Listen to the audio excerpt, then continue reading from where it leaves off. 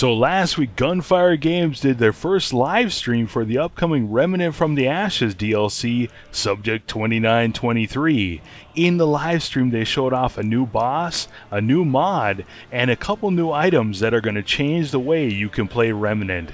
Hey guys, this is Chris with BMB Gaming. Welcome back, and I hope you're doing amazing today. Thank you for taking the time to check out this video, and thank you for your likes, your shares, your comments. If this is your first time here, welcome to the channel, and if you're looking for more Remnant content, consider hitting that subscribe button. Now to start with, guys, I'm going to go over the highlights of the live stream, and I'll leave a link to it in the description below if you want to check it out for yourself. It's about an hour, 15 minutes.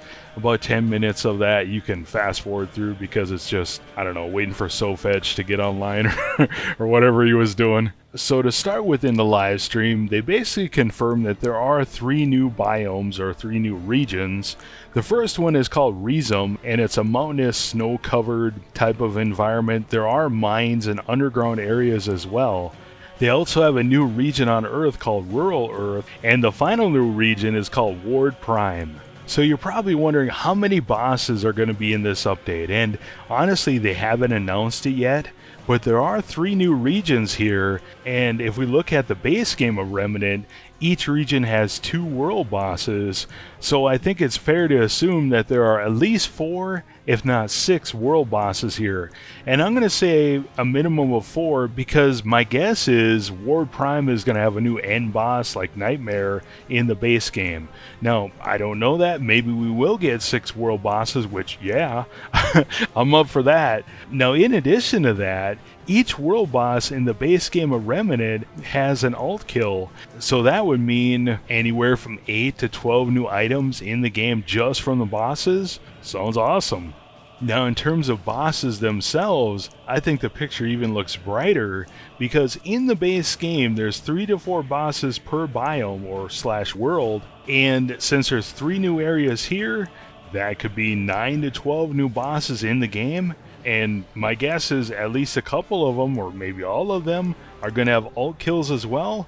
Ooh, there could be a lot of new content in this update. Now, in addition to this, there are quite a few more dungeons in this update, and they did show off a new event that looked pretty nasty in the live stream.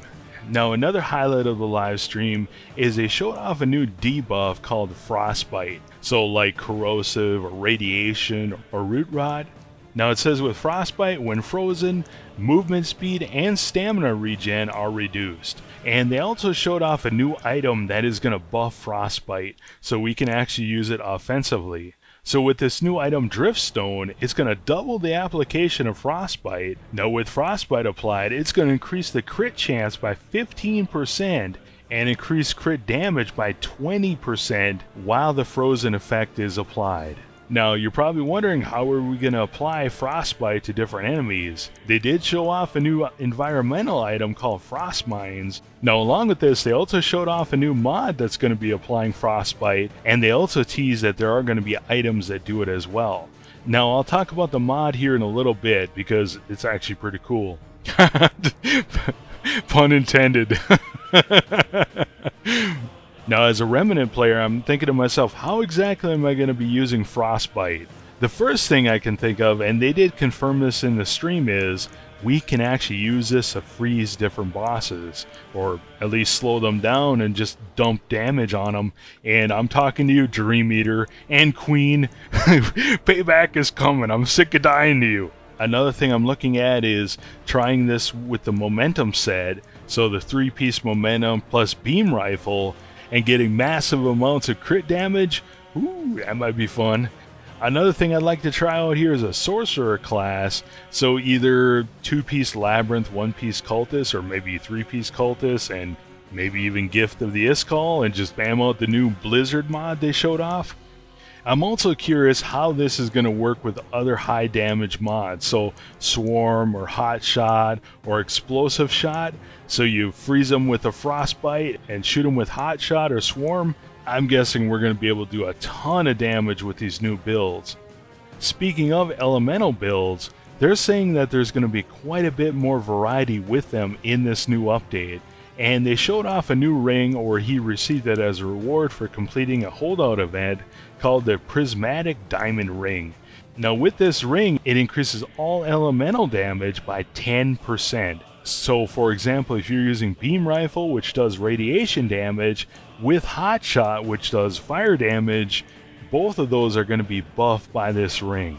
So I think they've been planning this for a while now, because I think it was in the last update, or there's been so many patches. Anyways, in the last couple months, they changed Storm Amulet, where it only affects electrical damage now. In the past, it used to affect all elemental damage.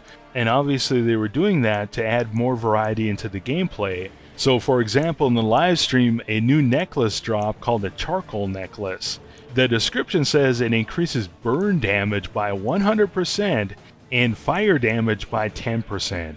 So for the existing items in the game, obviously the Spitfire SMG, and also whatever the sword is called you get from the dragon, which does fire damage. Now, as I spoke about earlier, the Frost Mines, they've also added another item in here, explosive barrels, and these do fire damage. So in the live stream, they showed off, I think, a couple dungeons. They also showed off a couple overworlds, and of course, they showed off a new boss. This new boss is called Ikaro the Ice Conjurer. Now from Ikaro, you get the new Blizzard mod. Now first we can see him using it on just a random trash guy.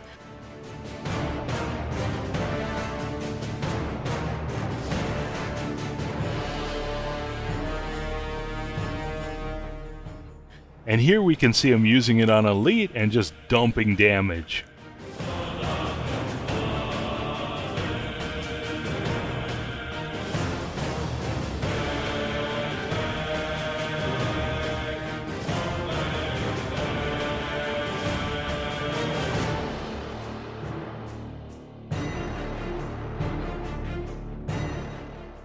Now Frostbite itself is just going to slow the enemies, but if you equip Driftstone, you're going to be able to put out a lot of damage. Along with the new boss fight, they also showed off a new holdout style event. Now the catch with this one is, obviously they drop in and attack you, but according to SoulFetch, the fire is one hit. Well anyways, for finishing this event, you're going to get the new Prismatic Diamond Ring, which is going to add 10% elemental damage to everything. So I think that's going to be really powerful. Now along with this, SoulFetch also said that sorcerer builds are really going to be a thing now in Remnant. And he also gave us a hint that we're going to want to work on our summons builds. So in the live stream, they actually showed off quite a few different mole rats, and I'm guessing that's going to be some kind of summons.